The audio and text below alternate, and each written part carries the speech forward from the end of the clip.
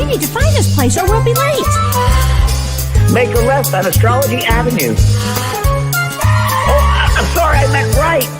It should be right here. 444 Spearway. Oh, turn. It looks like Renee. Yay, we're on time. The James and Kellee Show. Great, let's start the show.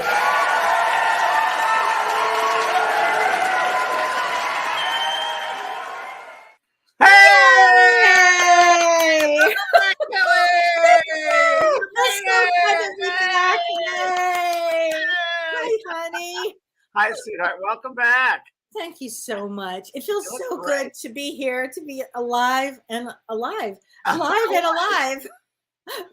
Wow. And I just really great. wanted, thanks, honey. Everybody was so kind to me. They were like, sending me all kinds of love and prayers and energy. And I just want to thank every single one of you guys for all of that. It was really something. And I've really felt a lot of love from everybody. So thank you. And Kellee was away for how many weeks? For 4 or 5? 3 months. 3 months. Really? Mm-hmm. I was actually from the beginning of August until we're almost 3 months. Wow. Close to 2.5 months. Wow. Yeah, and I won't even be back in my office until really the first week in November. November, right? Yeah. Right. Wow. Well, for those who don't know, because I know for a long time, Kellee was resting, and Kellee was, but Kellee went through major surgery, and I didn't think it was my business to tell people. So, Kellee, we leave it up to you as I let my dog in my room because I locked the door. Well, I definitely want to talk about it, and we'll talk about it, but I think we should go with the astrology first. What do you think? There's so much going on astrologically. Yeah. Well, we've been through everything, so we've been through. Oh no! We have been through. Oh, look That's at girl wants to say hello. She does every day. Oh, you know what? She matches your top. Well, she matches everything. It's so funny. I love it. She does. Go to your Betty. Hi, Go to your Betty. girl. Go to your Betty. Goes right to her Betty and she stays there. Lay down. Look at that. Oh, she looks so sweet, James. Oh, sweetheart. She's yeah, that's another issue. So a lot of people have been dealing, we all know, with the major astrology like stuff. And you did tell people this. You told them a lot about the stuff going on. But a lot of people, and we talked about this morning, I said it feels like pushing boulders up a hill. It was like really hard for a lot of people. And weird stuff happening. Weird stuff. So where have we been and where are we going, Kellee? If I take the analogy of the boulders up the hill, okay, because that's a good one. Imagine a boulder up a hill and it starts to crack and fall. Yeah, that's right. It's going to be and you lose your stepping. You lose your stepping also doing it. Absolutely. These are some really intense times. As I said months ago, that this second half of 2022 would be really the intense time. And I'll say this, there are about 10 very large events that some have happened already this year and some are going to occur, but that we have left for the remaining part of 2022. But what's important about that is we have 3 major events around the corner in the next week. So I thought in the next week and a half, we have some major events. So I thought I would start with this. And what I do want to go back to is something that happened on August 1st, because on August 1st, I kept talking about, and now I'm using Vedic astrology here, but I kept talking about this triple conjunction of Mars, Uranus, and Rahu. And I kept talking about that. And I said, it's going to be a very intense time. I didn't necessarily mean on that day, although it certainly could have been, but I meant for months coming. And so that began this process that I'm going to talk about today, and really, which is the subject of me today. It's really about the growth of your soul. So we're in a time period of growth of the soul. Now, the first thing I do want to talk about, which is a good thing, is how I always, James, talk about Arcturus. Yes. And I know I'm an Arcturian. It's a amazing, bright star. It's the 4th brightest star in our galaxy. And for the next 3 days, it started yesterday, and then today and the next 3 days from now, 2 days from now, the sun and Arcturus are lined up together. And so we're going to feel this amazing energy that comes in that is, I would say, a positive. I would say it's compassionate. It's a lighthearted. It's a psychic ability. It's all kinds of good. So this is a good thing in the next couple of days. We're going to be today, tomorrow, and the next day. Should be. I started feeling a little bit of the lightness today. Okay, so a little bit. So tomorrow maybe more, and the next day maybe more. And I take advantage of this energy because then we're going to get hit with some big ones. But this is a but. So This celebrate while you can, kids. Celebrate, and isn't that the key to life, though, right, James? Because you honestly never know what's around the corner. I don't care if you're a psychic. I don't care if you're a medium. It doesn't matter, you know. And experience, right. So anyway, I wanted to talk about that. And it's a really special energy. And so I go outside. Of course, it was snowing here on the farm today. But I go outside and get this special energy because even if it's just for a few minutes, it's just a really, really good energy. Okay, so let's start. I'm going to talk about 3 things, and here we go. The first big thing that happens this coming up is on October 24th. And this is Saturn squaring Uranus directly.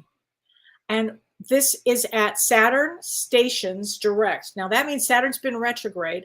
And it stations, meaning it actually stays still on this date, on October 24th. And it's in Capricorn at 24 degrees. And it's very intense. And it's squaring, so like squaring off Uranus, which is in retrograde in Aries at also 24 degrees. This is a very intense time. And if we go back to what I said about August 1st, August 1st was also Aries at 24 degrees. So this is a degree that historically moves mountains. When we talk about boulders, this actually, there was a time period when this same conjunction happened in 1988 and brought down the Berlin Wall. And so this is a very, very powerful time that we're going to be in. And we're going to see all kinds of change in the government, in a lot of things, well, more than just government, but in our person, yeah, this might change. Yeah. Oh, yeah. Absolutely. People's. Absolutely, and it will cause in people. You might feel during this period of time a lot of stress, anxiety, restfulness. Yeah. So, but welcome back, Kellee. Welcome back. I know. See, I'm back. But I will tell you this: what makes it really cool here is that a good part of this is that this is a time to do self-expression. Okay. So let's say you've kept in so much to yourself. This will be a time you will not be keeping things in at all. Actually, remember, we're all growing here. Our souls are growing. And this is going to be a major transition. And you'll see the next few months, very, very intense time, because this is the 4th and final square, James, of this Saturn squaring Uranus. And it's a major deal. Here. I just turned in my head. It's going to be a time for forgiveness. Oh, I love that. I love that. Well, it's funny you would say that, because I'll tell you the next thing. Here, you're right on time with this, because on October 25th, the very next day, this begins eclipse season again, right? So eclipses are known to trigger personal and global events. And this is a solar eclipse on October 25th.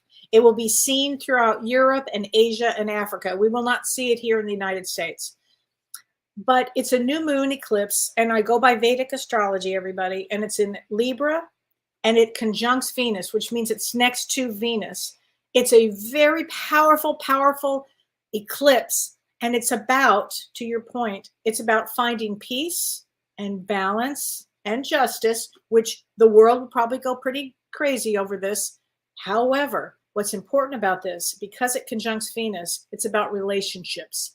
And so this eclipse, in my mind, this eclipse is all about soul contracts with relationships and or work. So you may find yourself like recalibrating or clearing up or renegotiating old patterns in relationships. And this energy is so potent that you might be able to heal those really old, difficult, lingering heartbreaks. You know how so many people carry that heartbreak? And this is the time for great forgiveness, for great healing, and of the deepest cellular level, healing is possible during these periods of time. And it's a great time for that. Yeah, I just heard waves of forgiveness will be possible. Oh my God, I love that. And James, the mantra for this, and you can write this down, is everything is working out for my highest good. And when things happen to us, we've talked about this. Everything when things happen, somebody gets stuck in it. We're like, why could God do this? Why does this have to happen? How could this be? We don't see the bigger picture. And we're going to talk about today is responsibility, but it's also what I've learned from the situations I've been through the past month. It's like see the bigger picture. You got to see the bigger picture. There's a divine source here, really playing out, and we humans don't understand all of it because we're kind of hidden behind that veil. But there is a bigger reason behind everything. Right. And somebody asked today, and I wrote it down on your show. They said, can you connect with your guides when you are ill? And I thought that was such a great question because, of course, you can, but the human part, starts to panic and do all kinds of things. But it kind of goes with what you're saying here. I mean, there's a bigger picture here. This is very interesting, Kelly. I didn't tell you this yet, but next week, everybody, I'm doing a workshop with Lynn Probert, and she's flying over from England. A good friend of mine, and some of you know her. She's terrific. It's incredible. We're doing a 5-day workshop, and that's on vanprog.com. There it is, Experience the Power of Love through Meditation, and it's going to be a good one. It really is worth it doing if you're interested. Yeah, it's a great one. I did it years ago. It was great. Yeah, beginning or advanced doesn't matter. But Mavis Patella, a good friend of ours, passed over, who's a very well-known medium, and she's come in my mind every once in a while, and I've said things, and she told me 2 days ago. She said, James, if I was a teacher now there, I would have, which I'm going to use during this workshop, the first time I'm going to use what she was talking about. So I'm like, John, what Mavis is telling me, you must work with them to clear their minds. Prepare the minds for mediumship. Prepare the minds. So I'm going to do that in this workshop. I'm going to prepare people's minds because she was so adamant. She said they missed a big part in the earth. They didn't prepare the minds. And she said that's a major part of success of mediumship. So in this workshop, I'm going to do for the first time, I'm going to do exercises and mind journeys to open up that space and have people realize that there's more to this. It's out here and live in that from the bigger picture. The bigger picture. We get so stuck when things happen to us that we don't realize it. So now, should we go into your journey? Yeah, the last astrology, and then I'm going to go into the last one is on October 30th, and I'll be talking more about this next week. But Mars goes retrograde. That's a powerhouse. So these are 3 big events, and I'll talk about that next week. That's a war planet. It's a war planet. Yeah, we're headed in a very challenging. I'm just concerned about nuclear war. I really just have a concern. I am too, James. Yeah, I am too. These are rough planets. Yeah. And I wanted to change the macrocosm. We're going to change the microcosm. Yeah, so we're first going to change our inside of ourselves. Yeah. If we want to forgive the world, we got to forgive ourselves. Yeah. If we want the passion and love out there, we first got to love ourselves. So we got to first take care of the microcosm in order to get the macrocosm. Absolutely. I have to do it. So Kelly's been on a journey, as we all have, but Kelly's been on an intense journey. Oh, I have. You've been on a very intense journey. Very intense. Very insightful. And we've discovered along the journey, there are certain things that Kelly was made aware of. I was made aware of. We shared. And anyway, Kelly, would you want to start with?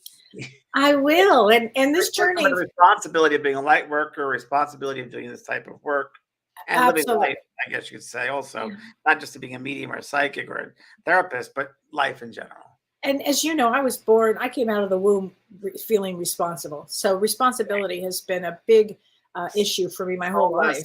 Kelly is a responsibility. Right? Yeah, I mean, it has been large in my life for a long time. But this part of the journey started actually 15 years ago.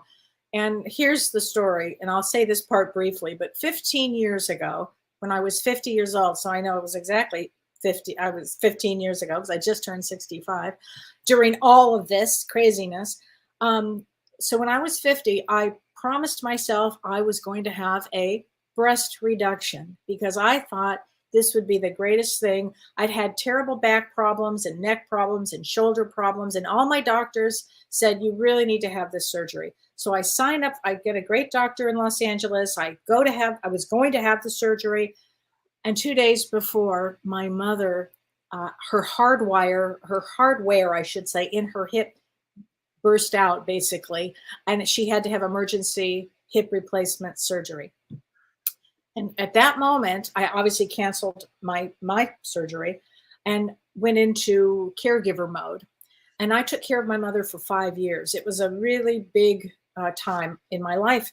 And during that period of time is really when I discovered taking care of my mom with her and her patients, actually, because she was a psychologist, that my mother said, I think you should go to grad school. And that's when I went to grad school. So that period of time was interesting, how you think you're going down one road. I was a working medium, and the universe had another plan for me.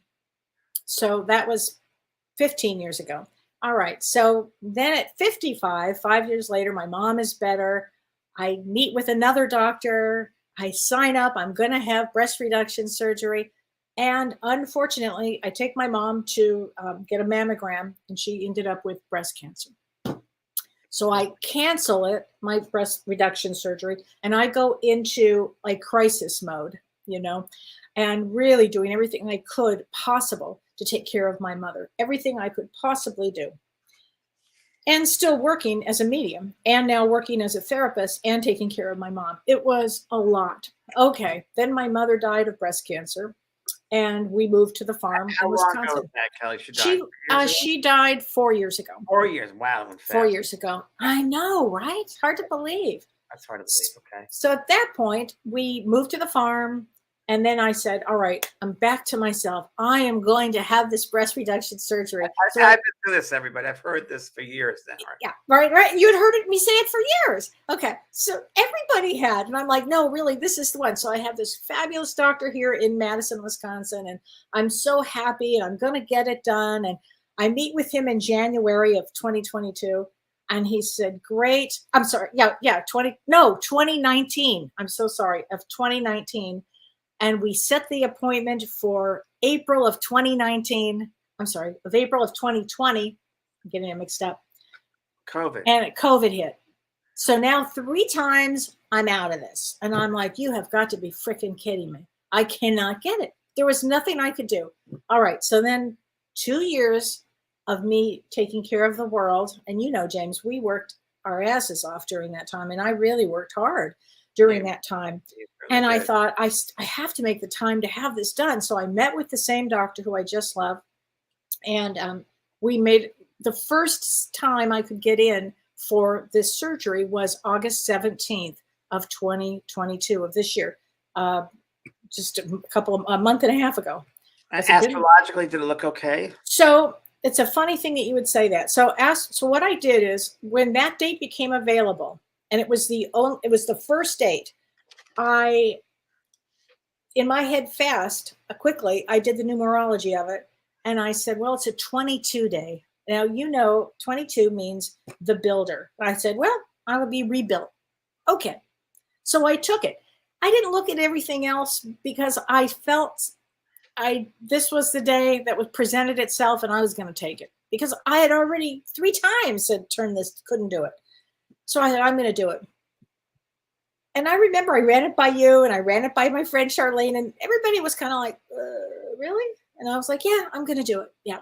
Now, during this process, as we got closer to August 17, I started to feel some sense of, I don't know, it's like an anxiety, but I'm thinking, well, that'd be normal because I'm going into surgery. So that would be normal, right? And then it almost felt like some sort of a doom feeling is what I kept feeling. And I was like, no, Kellee, it's just get that out of your head. Seriously. So I go into a surgery center. So not the hospital. The first time was not in the hospital. It was at a surgery center. I meet with the doctor. And for some reason, as we're about to go into surgery, I blurted out to him, I don't want to die.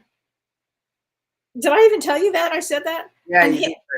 And then he looked at me and goes, Kellee, you're not going to die. You're not going to die. He's very calm. He goes, you're not going to die. You're a perfect candidate for this. You're this, you're that, everything. You're healthy. You're this. Everything is fine. I said, okay. So we went into surgery. I have the surgery. He comes out. He tells Dawn everything is good. I spend the night in the surgery center. The next morning, I go home. You called. You said, I just want to hear your voice. I remember that. And everything was good.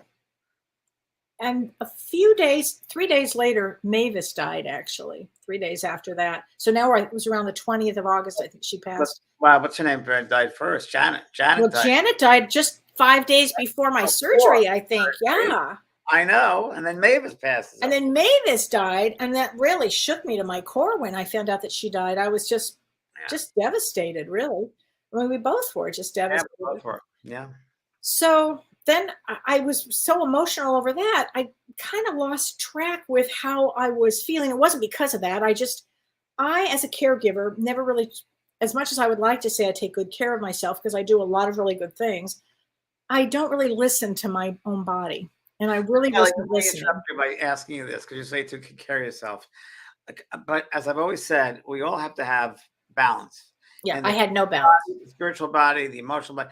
And I don't think your emotional body was in balance, because not at all. Care of people, your moon in Cancer, take care, and continue. So the emotional body, I was definitely not balanced whatsoever.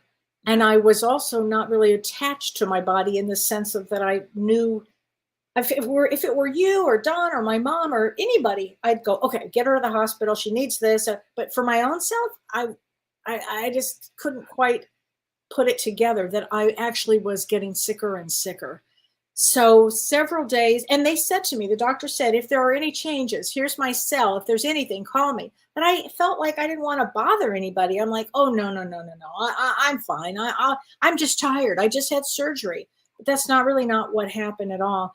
So, and after you had the surgery, and a day later you came out of it, and then when did you go home? 2 days after that? No, that day. I went home 24 hours later. I went home. Okay. And when did you start feeling not good? About 3 days later. And when you say not good, you felt nauseous? I felt, I wasn't not in physical pain. I just felt tired, James, tired. But then I kept saying, well, I'm tired because I just had surgery. I'm tired because this is a big procedure that I had. I was just tired. And then I just got more tired. And then I thought, I don't feel well. So I did go to see my doctor at my appointed time. It was kind of funny. I should have gotten my ass in there right away. I mean, that's how much out of touch I was. I went to see him, and it turned out that how do I say this the right way? I didn't have my veins weren't connecting with the blood process, and I needed to go back into a second surgery. And it was, and I had dead tissues, and it was, yeah. And they couldn't find that at the surgery? They couldn't find that? You had? No, not during the first surgery. No. First surgery, everything was fine. And I will say this about this type of surgery, for breast reduction surgery. There's a 14% to a 52%, 14 to 52% chance that there'll be a minor complication. I had major complications. Okay. I was like the 5% club you don't want to be in, right? So I had to go into a second surgery. So this time it was in the hospital. So I go into the hospital. I have a second surgery. And that was to what? Get rid of the dead tissue? Of the dead tissue. Bring more blood to your tissue? Yes. Yeah. Okay. So I go in for that. And I was very, down, because now I have to start all over again. And it was hard, and I'm scared. And again, I blurted out, I don't want to die. He's like, oh, you're not going to die. This happens on occasion. It's okay. Okay. So I have the second surgery. Then I get home, and I think I was in the hospital 2 days that time. Then I get home, and about 3 days later, 3 or 4 days later, I don't feel well. And I really don't feel well. I'm tired. My breasts are like on fire, like something's going off here. And I realize, then it finally hits me, oh, I think I have an infection.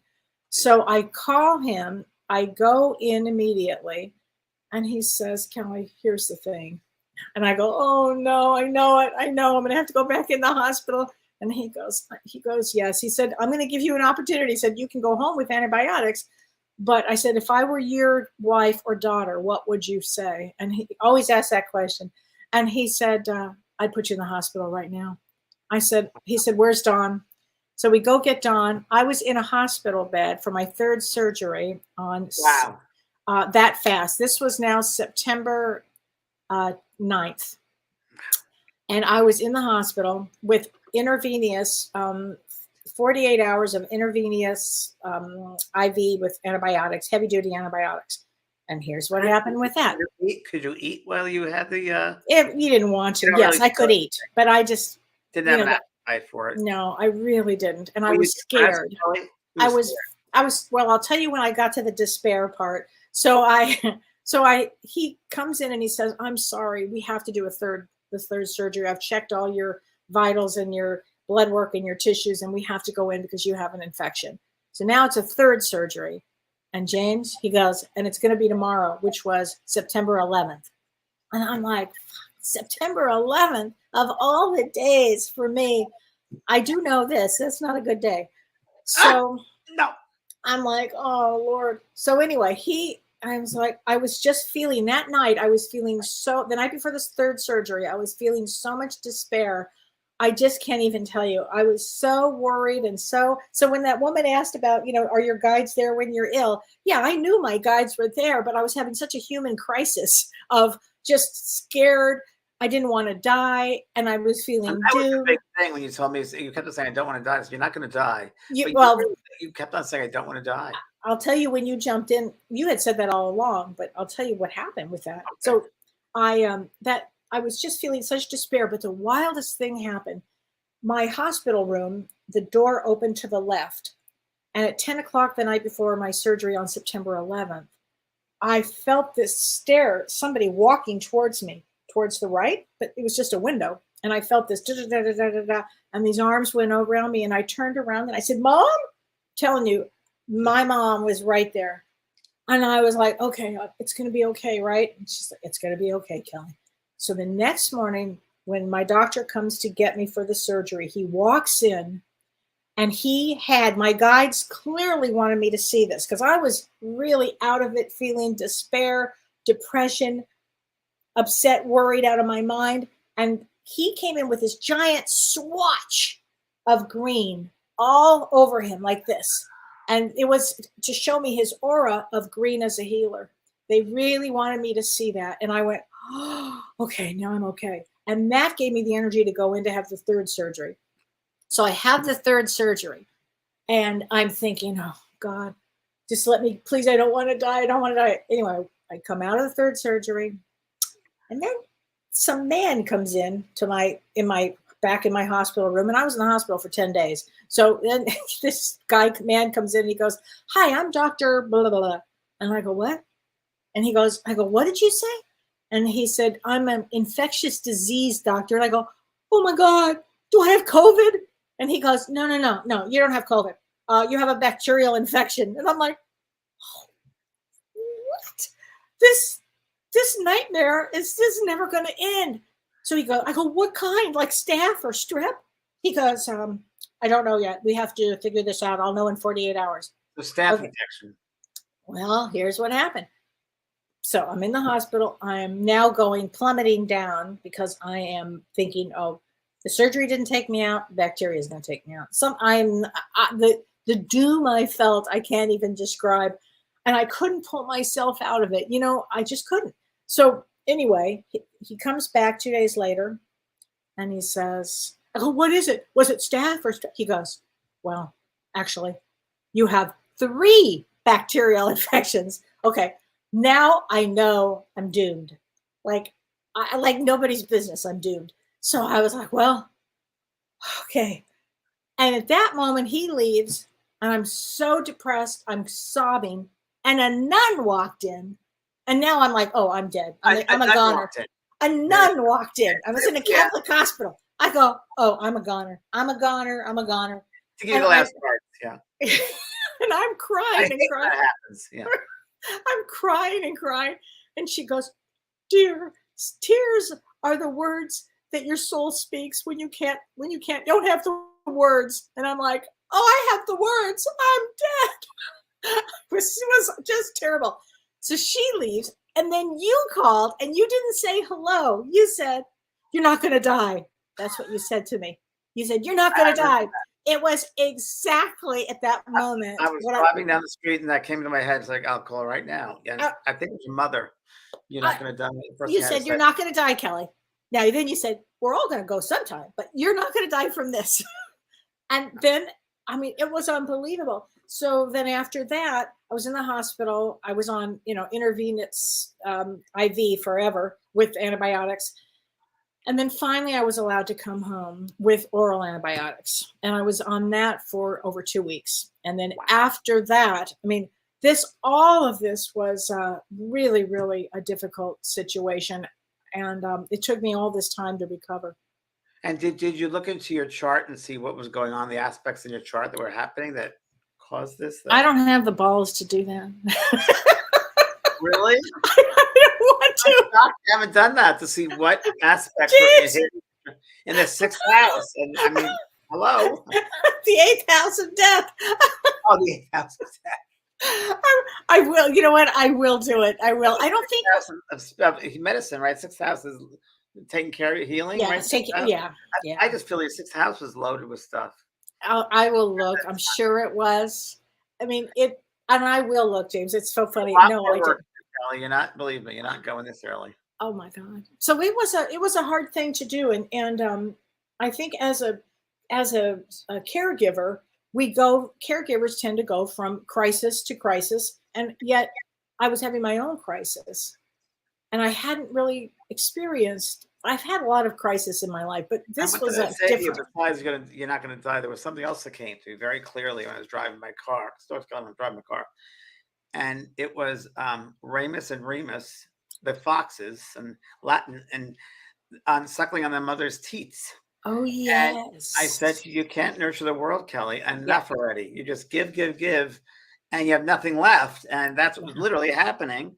Because you have to have boundaries of not giving so much, because there's got to be boundaries. And that's for all of us caregivers and light workers. It's got to be moderation. Everything's got to be in balance. And that's what I learned from this whole thing. That's what I learned is they had to show me in a dramatic way. Sure. To get my attention. And they got my attention. They totally got my attention. It forced me to stop. Yeah. And to take care of myself. And the universe will do that. The universe will force us to stop in order to listen, to stop and pause and take heed. Same thing happened with a mutual friend of ours, came out to visit, and she was going out to dinner, and she fell right in front of my house, broke her hip, broke her arms, and ended up going to the hospital, and then ended up going to rehab.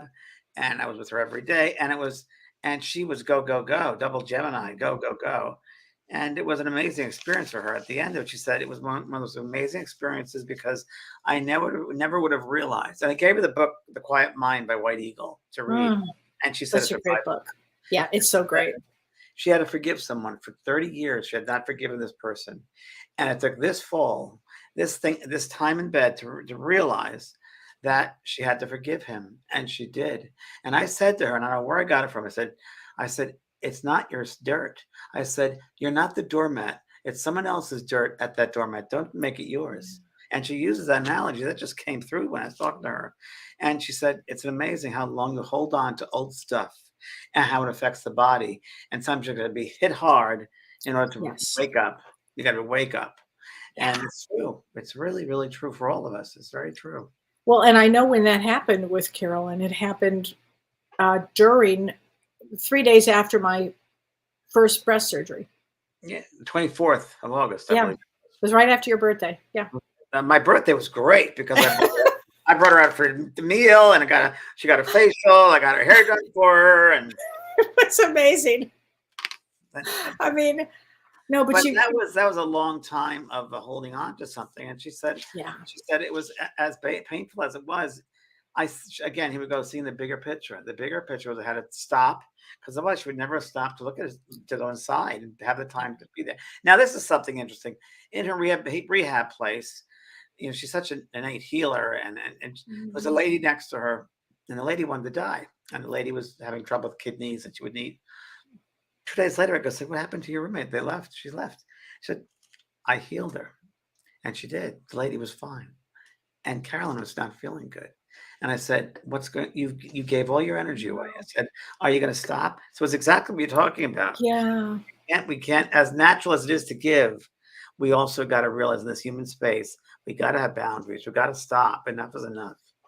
It's hard to do that when you've come in this way almost. But you have to, I have to really watch my energy. You got to now. honor yourself. You got to honor yourself. You got to love yourself, honor yourself. And I was like, that's not enough. That's enough. And that's the key right here, what you just said. It's, I count too. You know, I literally, as a healer, we count as well.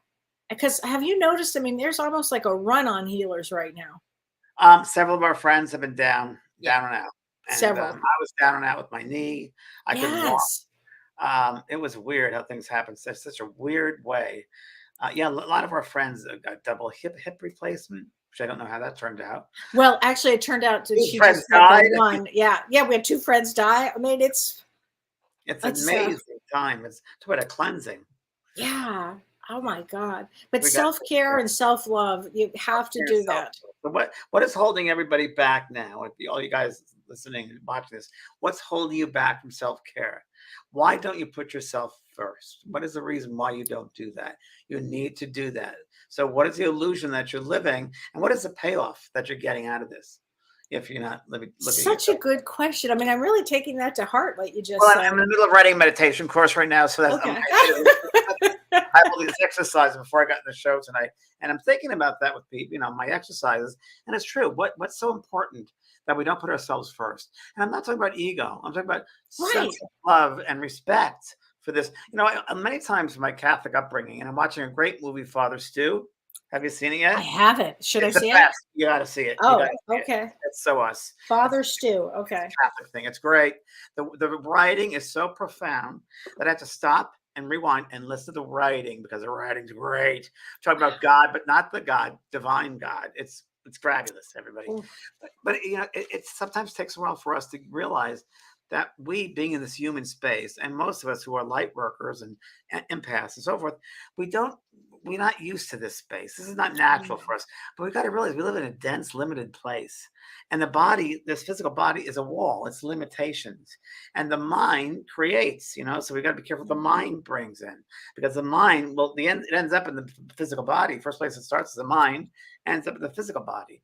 So in healing thyself, you first got to clear up what's the mind. Like, as I said earlier, Mavis said, in mediumship, you got to clear that space of the mind and prepare your mind. But it's true in everyday life. What are you feeding your body?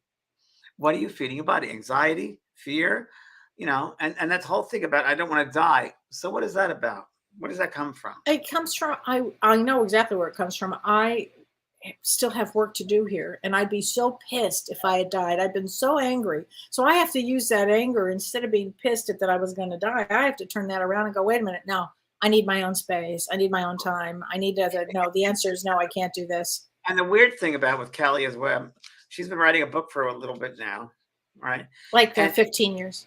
For a while. And then really 15 is very significant. it's changed though now. Yeah. Oh, yes. Chapter was all about kind of caretaking and coming in as a responsible person. And then this whole thing happened. This is my final chapter, you said. The book never was finished because I had to go through this. It's really true. And James wants me to put a big breast on the cover. I did not. Which would be hilarious. I never said that. I said we'll get a good tattoo there. Oh my God. Well, we got to laugh at a lot of this stuff. Tell them about the boob cake. I think that's the funniest thing ever. Oh my God. Somebody gave me. Okay, they probably didn't realize what was going on, right? Well, she did. Of course. Somebody sent me, if anybody's ever seen this, I'll have to get a picture of it. It's pretty funny. 40 individually wrapped boob cookies. 40. I live on a farm. I'm like, what am I supposed to do? Give them to the farmers? I mean, I'm like, so I ended up giving them to I couldn't wash my hair, so my hairdresser actually came to my house. That was the other thing. I haven't seen anybody. I haven't, except for my hairdresser. Dom's like, you know, you're not supposed to have anybody here. And I'm like, no, my hairdresser, get in here now. So I gave her the boob cookies. I had a lot of them. And it's amazing you didn't get COVID, Kellee, because everybody I know is getting COVID left and right. Everybody. I did not get COVID, and you didn't get COVID either. I never got COVID. I know I didn't get COVID. People around me, every person around me has had COVID. I haven't seen them. But yeah, it's pretty amazing that everybody I know. Well, Carolyn supposedly had it, but I don't think she did when she was in the hospital. They put her in a COVID ward, but she was fine. Yeah. And she started healing from the inside out. She's such a healer and an incredible person. Carolyn Mumler. She's on my website. Great card reader. She's incredible. Incredible. And I swear to you, I was there with her granddaughter at the rehab, and we're looking. And I said, the granddaughter's name is Rachel. I said, do you see what I see? She goes, do you see her hair? I said, her hair is black. When she came to my house, her hair was white. Her hair was black from the right here out. Like, and her face that's was amazing. like, now I'm like, what? And she said, I think it's the book, The Quiet Mind, the Bible, The Quiet Mind. So she went internally then. She went internally, and she was healing from the inside out. Yeah. And that's what it was. And I mean, we all saw it. And the people in the rehab didn't want her to go. And she was, get me out of here. They were all crying when she left because she's such a light force. Yeah. And, I took her back on the plane. I took her back on first class. I saved all my credit card miles for 25 years. Didn't even use them. And I turned them in to give her one of those pods, first class pods, because she never had that. And I wanted to do that. So we did that. And the flight attendants were hysterical, the New Yorkers. They kept on calling me Carmine. Okay, Carmine, what do you want, Carmine? And at the end, and all the flight attendants, well, three of them, because everyone's understood, they kept on saying, "How could you do this? To bring someone home and go, but then fly back the next day?" And I said, "How could you not? That's how we you were so great. You were so great, James. You would do it. I would do it. Yeah. Do that. See, there goes the caregiver. But it's the way you should, I think. I agree. I would do it for an 88-year-old friend. Of course. Of course. That's the way you want to be treated. And I got a lot of vodka out of it, by the way. Always help. I got a parting gift for you. And I said, what's that? It's Sheila or Cheryl. She goes, here's some vodka and orange tomatoes. She said, well, okay. Said, oh my God. That's so funny. You never know when you're going to be put to the test. You never know when you're going to be needed. You don't. You never know. And every day you got to be very pleasant. I go to the dog park every day with this one over here. Mm-hmm. And it's so interesting. I go and I observe. The moment I open the gate, of course, I'm observers for the dogs, but also the humans. And it's very interesting how people are so different. And today I was there and some lady said, oh, night dog. She wouldn't even speak. I'm like, okay. And so, yeah, it's really interesting how people are. But oh, yeah, you got to accept people wherever they're at. I wouldn't judge them. And just God bless them. Yeah, that's it. This is everybody's saying you're such a good man, James. You are. That's lovely what you did with her. And Renee Hounsel. Hi, Renee. She said selfless gets confused with less of self-care. I use a mantra. I can only heal others to the degree I understand how to heal. Oh, thanks. Love you, Renee. That's very sweet. Feel that what they want to receive. So some people, it's interesting. It's like mediumship in that they can get a message if they allow it. It's not only to the medium, but it's a participant. If they allow that, if they'll open that space and allow it. Same for healing.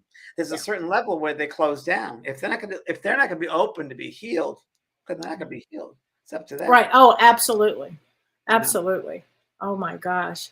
But I mean, it was a very human experience of feeling despair, feeling fear, feeling all of these things. And again, I know better. Sure. But during that moment, those moments of deep, it was really like a dark night of the soul. This one particular night, it was like a dark night of the soul where I just felt so worried. For me, it was because I didn't want to die. I would have been really pissed. Very, very interesting. And when you started coming out of it, that first day, when you said you're 60% better or whatever, was there any, I don't know how to say it, was there a message that came to you, an insight from your mom or someone? Did anyone come to you and say something to you? Well, insight into something. My insight came a little later, and I'll tell you what it was later. I'll tell you now what it was. My insight started to come up through karma, that this was like a major karma that I was working through. And what I got in touch with, and you and I had talked about this, was like warrior karma. Like the name Kellee means warrior. And I felt this rage, like I wanted to kill somebody and attack somebody in the chest. So I felt like it was, karma from probably killing people in the chest as a warrior back in whatever day. Spheres or guns. It didn't feel like guns. It felt like literally hand to hand with not like Indian, but not Native American. I can't describe it other than that. Like I just wanted to go kill somebody, like for somebody that had attacked me, and I was just like, And I think this lifetime I chose to deal with that karma because it felt so raw and so deep, something that I had never experienced. I had a head injury and I went through a lot. This was different. This was like a different kind of thing. And the other thing is I'd never spent that many days in a hospital before. By the way, it was awful. I mean, it's not a place. You got to really learn to surrender, huh? Surrender was number one. I had no choice. I had to surrender. When I was with Carolyn in the hospital and the rehab center, every day, I was there every day with her. And I met all the people in the hallway, the nurses. I walked by the nurses, and you had to take a COVID test every moment you went. Every when you did the COVID I didn't know that part. Every single day, I took over 50 COVID tests. And, I knew nurses. I helped move beds around the rehab center. I bet you did. I did. It was hysterical. And I said to this one lady, they wanted to move Caroline out of the room. Caroline goes, I'm not moving out of this room. And I said to the head charger, I said, you don't want her to move. She goes, well, I said, you do not trust me. She's a witch and you do not want her to move. And she's a New York witch. She goes, please, I'm begging you, please believe me. And she didn't. So I helped her move beds around. And so she's a force to be reckoned with. So, but yeah, I would pass by the nurse's cart saying, how's the cart doing today? Because they'd bring her food and say, and what's for me? Hey, hello. You have such a good energy about you doing things like that. Someone's down, you have to bring them up. I remember I was in the hospital as a little boy. I spent a lot of time in the hospital as a little boy, and I was isolated. There was no one around me. I thought if I could ever have someone here to help. James, that's tough. 2 years old for 2 months in a hospital, and by myself and my parents. For what was the problem? I had a cyst in my neck. And, oh my God! In those days, and I knew at the time, this doctor said, "Oh, it'll heal." And I said, "It's not going to heal naturally." He goes, "Yeah, it will." And I said, "No, and my smile's going to be off," and it is. And in those days, it was Manhattan Eye, Ear, Nose, and Throat Hospital. I'm like, no one knew any better. And they threw me into and I wrote about this actually, and I wrote about this in a book. And I just recorded the audio a little while ago for this. And it was I was in a tonsil ward. The kids just go and get their tonsils taken out. Yeah. I went for a couple of days, and then leave. And I became friendly with everybody, and then they would leave. Everybody, and they'd leave. Oh, it's so hard. And the story I have, which I would like to say, which is interesting, I write about it in the book. This little boy who couldn't find anybody who liked him, and everybody left, and they all made fun of him. And he met this little boy Tommy one day, and Tommy would say, he went to Tommy and said, no one likes me because I'm all deformed. Me. And he goes, well, what's your name? I said, it's Jamie. James Prog. And he goes, because I have this little big lump. And he goes, he said, that's because you have so much love inside, it's going to burst out, and no one wants to be around that much love. My God. And he must have been 7. It was one of those. Oh. I didn't remember that's why I wrote that book. And that, yeah. So sweet. How long were you in the hospital then? I was in the hospital. It was about a month, maybe month and a half. It's a long time for anybody, let alone a baby. The private room during the weekend. I was during the weekend in the private room. During the weeks, I was in the children's clinic, like children's ward. But I'll never forget that and they didn't know what they were doing. Obviously, they really didn't. Right. And anyway, very interesting. That was karmic, also. That was karmic because I think I cut some heads off in past lives. No doubt about it. We can't get past our karma, can we? Especially with this eclipse coming up. It happens. That's what I learned. I learned that I liked happy in hospitals and around. And I thought, why don't people be happy? And that was in a hospital. So the whole rehab center, I was just happy, but there were people that wanted to be sad, and they'd want to get out there. Here we go, the victim consciousness. They want to stay in that space, and they don't want to leave that space. And no matter what you can do, you can't get them out of it. And that's not you don't have to get them out of it. That's where they want to stay. It's not up to you to push them out of it. You can present to people as you are. You can live by example, and if they're willing, ready to take it in, they will. If not, we can't do it. And you push, Kellee. You probably push so hard for people to change them and help them. And you got to realize you can't help everybody. God helps those who help themselves. And that's a great lesson, what you just said. That's true. And life is really about taking responsibility for your own life. Like I can give you the tools, I can show you a door, I can do all this, but I can't do the work for you. And for me personally, I did a lot of work for other people. You can't do that anymore. Oh, no. I gave you the key. Here's the key. All right, goodbye. Here's the key. Here's the toolbox. Here's the toolbox. But then isn't that also with, with therapists? You can go to therapy forever, but really? I mean, I understand working through traumas and all that. Believe me, I get it. But then there comes a point where you have to have the tools to do it. You have to be the adult. You have to actually have the responsibility to take care of yourself. Yeah. It all comes down to that. It's self-responsibility. Self-responsibility. Yeah. That's things that I've learned. And self-love, because how can you love another if you don't love yourself? How can you be responsible for other people, not responsible for yourself? Right. Yeah, we got to learn these things. We got to know. And people think just because we're mediums or we know this, we're still the human experience, the human condition. So we have to go through the human condition. Yeah. Oh, yeah. Boy, is that the truth. And Lynn says, laughter is the best medicine. Yeah, I laughed. Once I was on the other side home, like 3 weeks later. Now I laugh all the time. During that, I was like, oh. And there was a time when I spoke to Kellee, and I said to Kellee, I don't know when it was, right after I got out or last week ago or something. And I said to Kellee, I was on, of course, in my truck driving. And I said to Kellee, Kellee, the spirit world, they are around, they're around you. And she goes, yeah. And I said, oh my gosh, yes. And all of a sudden. Oh, you got to show him this picture. Okay, you have to say, he goes, Kellee, I know, was it you had a dream or something about the spirit world? No. I was driving. Okay, this was okay. I have really bad transmit. Well, it's a hard cellular service where I live, right? So I went very slowly, and I went up a street I never go to, and I said, and Kellee, the spirit world is always around us. That, right? And I turned, and this is what I saw.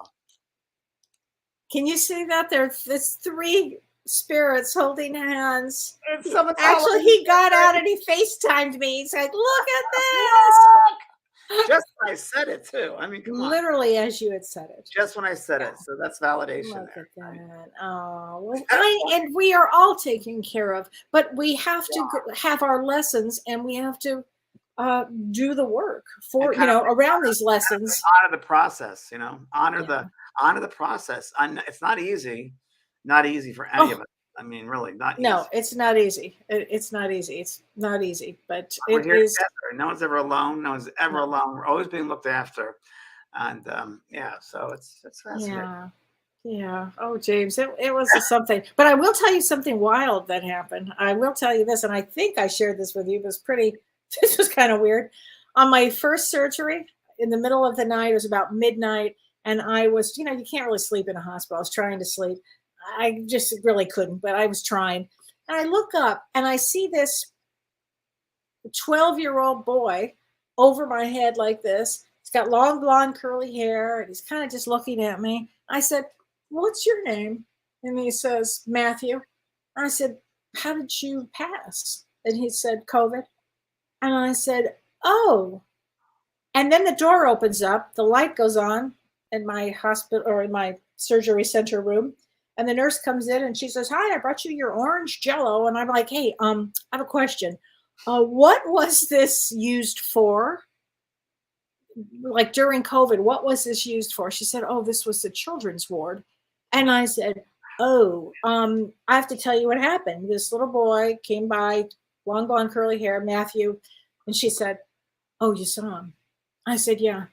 And she said, other people have seen him. She said, he was my client. He died in this room. I said, oh, well, that's why he was just checking in. I was like, I wasn't afraid. I was at all. He wasn't earthband, everybody. No. It was interesting. So then I tell her what I do. Then I tell my doctor the next morning. He goes, did you have a good night? And I go, yeah, the wildest thing happened. This 12-year-old boy showed up, and he goes, what was a 12-year-old boy doing in my surgery center at midnight? Well, I have a great story. I think I told you to share with everyone before we go. I was getting acupuncture. I think I told you this acupuncture, and I went to this man, great man, named Dr. James Thai, and he's from China. And first I met him, loved the guy 3 years ago. And anyway, he put. I had a lot of knee problems and things going on, so he put needles on my front instead of my back, which he usually does. So I'm on my back, and he puts new needles in me, about 50 or 60 needles just all over me. And energy, he goes, you need energy. Your pulse is really down. I remember Carolyn was here, so I was really giving energy probably. And I was completely, plus I had my doggy. For sure. For sure. Soon. Hi, Pearl. Yeah. So, anyway, so he puts it on me, and I swear to you, about 10 minutes into it, and I usually fall right asleep, I saw beings all around me, and it looked like I was on an operating table, and they were looking down at me, and I'm like, "Oh, who are you?" We're his team. And I said, "Okay," and suddenly, he put one on my third eye needle. It comes out. Someone pulls it out, and I'm like, "Oh God!" And they laid it on my forehead. I was like, and I didn't move. And I'm like, and all of a sudden, my whole body started to shake. And they said, "We're removing the stagnation of your body." That was very, very interesting. Wow! And you saw his team. I saw his team. They came back. He said, our vessel will be in. Hold on. And 5 minutes later, he walked in. And I told him, and he goes, "Oh yeah, they come a lot." He goes, "They removed the needle from my third eye." He goes, "Oh, I see that because you have too much power there." Little does he know. Oh, he knows. He knows. He recognizes it. He's a Scorpio, high-minded Scorpio. Great healer. Yeah. So. Wow. Kellee, glad you're back. Thank you, honey. Thank you. I feel so good. I'll be back in my office in about 2 weeks. And I'm sorry for everybody that I had to reschedule. And we also rescheduled our Lemuria and Atlantis for the end of January. And it's just been a lot of rescheduling because this came out of it's out of my control. Yeah. Prajna's having a situation, but there's been a lot of healers down. A lot of healers have been down. So well, God bless you, Kellee. Thanks, honey. I'm glad I'm back. And next week you're going to be working with Lynn. Lynn Probert next week. Okay.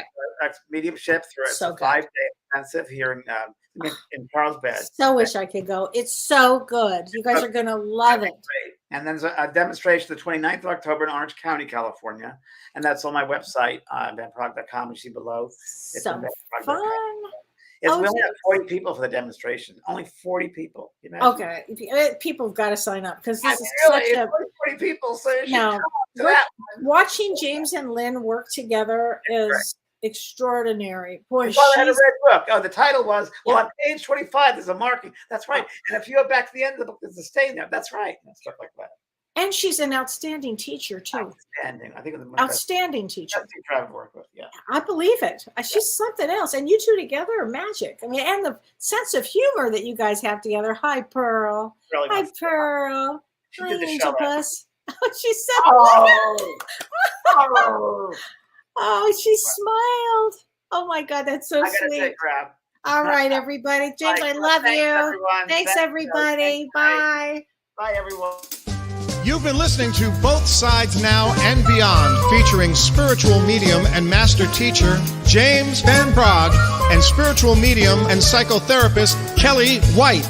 That was great. Maybe we changed some lives. And maybe opened up some minds. Which way do I turn? Right. I mean left. The James and Kellee Show.